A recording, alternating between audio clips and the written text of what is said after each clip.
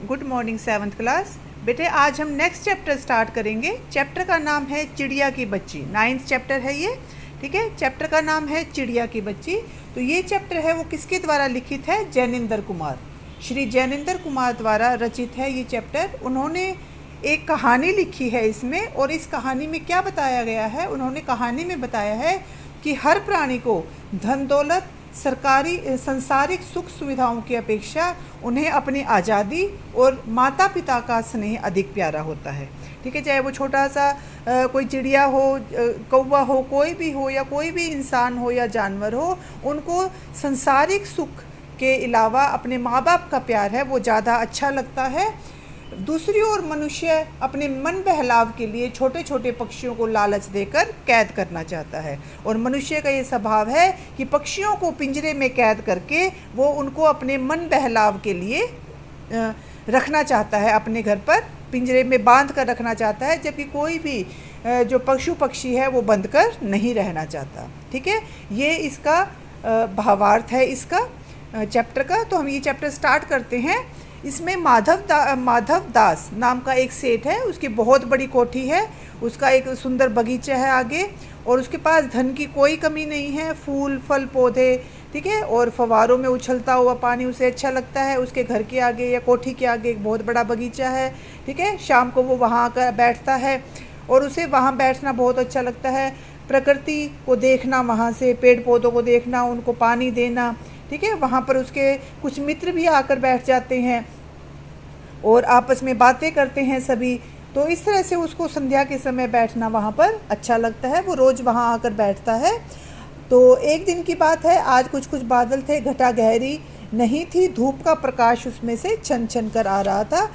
और दिनों की तरह उस दिन भी माधव दास है वो अपने बगीचे में शाम के समय बैठा हुआ था, ठीक है। तो एक बहुत ही चिड़िया है, बहुत ही सुंदर चिड़िया उसके बगीचे में आकर बैठ गई, ठीक है। उसकी गर्दन लाल थी और गुलाबी होते होते किनारों पर जरा जरा सी नीली भी थी वो, और पंख चमकदार थे और बहुत ही वो सुंदर लग रही थी। उसका छोटा सा सिर था और उसका शरीर पर विचित्र चित्रकारी थी। उसके शरीर पर जैसे चिड़िया के प्रिंट सा होता है ना, इस तरह से उसके शरीर पर चित्रकारी थी।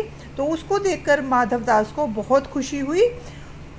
उसको कुछ भी पता नहीं था, मानो तनिक देर का भी आराम उसे नहीं चाहिए था। कभी वह हिलती थी, कभी फुदकती थी, खुश होती थी, ठीक है, प्यारी प्यारी आवाज़ निकालती थी। जैसे चिड़िया को आप देखते हो तो वो कुछ ना कुछ एक्टिविटी है वो करती रहती है, ठीक है। तो माधव दास है वो, उसको चिड़िया बहुत अच्छी लगती है और उसकी स्वच्छंदता बड़ी प्यारी जान पड़ती है। वो उसको देखकर माधव दास को ये लगा कि ये आज़ाद रहना चाहती है। उसको देखकर बहुत अच्छा लगा। उसको बहुत देर से वो देखता रहा, बहुत देर तक। तो उसने चिड़िया से कहा, आओ तुम बड़ी अच्छी आई, यह बगीचा तुम लोगों के बिना सूना लगता है। सुनो चिड़िया, तुम खुशी से यह समझो कि ये बगीचा मैंने तुम्हारे लिए ही बनवाया है। वो क्या कहता है कि तुम कभी भी इस बगीचे में आ सकती हो, तुम्हारा ही बगीचा है और तुम्हें देखकर मुझे बहुत अच्छा लगता है। तो जब उसने सेठ ने ये बात कही तो चिड़िया पहले तो असावधान रही, फिर जानकर कि उससे की जा रही है तो एकाएक घबरा गई। पहले तो चिड़िया ने सोचा कि वैसे ही किसी से बात कर रही हैं ये, उसके बाद उसे ये लगा कि ये तो मुझे ही कह रहा है। तो फिर वो एकदम से घबरा गई और फिर संकोच को जीत कर बोली, मुझे मालूम नहीं कि ये बगीचा आपका है, मैं अभी चली जाती हूँ। पल भर सांस लेने के लिए यहाँ टिक गई थी। तो चिड़िया ने कहा कि मुझे पता नहीं था कि ये आपका बगीचा है, मैं थोड़ी देर यहाँ पर सांस लेने के लिए आई थी और मैं अभी चली जाती हूँ। तो सेठ माधव दास है वो उसको क्या कहता है कि बगीचा तो मेरा है, यह संगमरमर की कोठी है वो भी मेरी है, ठीक है, पर तुम इनको अपना समझ सकती हो और तुम यहाँ पर हर रोज़ आ सकती हो। तुम बहुत भोली हो, प्यारी हो, सुंदर हो, ठीक है, तुम मुझे बहुत अच्छी लगती हो, तो तुम यहाँ पर हर रोज़ आ सकती हो। तो इस पर क्या हुआ, चिड़िया है वो सकुचा गई। उसे बोध हुआ कि उससे कोई गलती तो नहीं होगी यहाँ आकर बैठकर। तो उसने थिरकना शुरू कर दिया, भयभीत सी होकर बोली कि मैं यहाँ थक कर बैठ गई थी, मैं अभी चली जाऊँगी और ये आपका बगीचा है। तो माधवदास ने फिर उसको कहा कि मेरी भोली चिड़िया, तुम्हें देखकर मेरा चित्त है वो खुश हो जाता है, प्रसन्न हो जाता है। मेरा महल सुना है, वहाँ कोई भी नहीं चहचहाता और तुम्हें देखकर मुझे बहुत अच्छा लगता है और तुम यहीं रुक जाओ।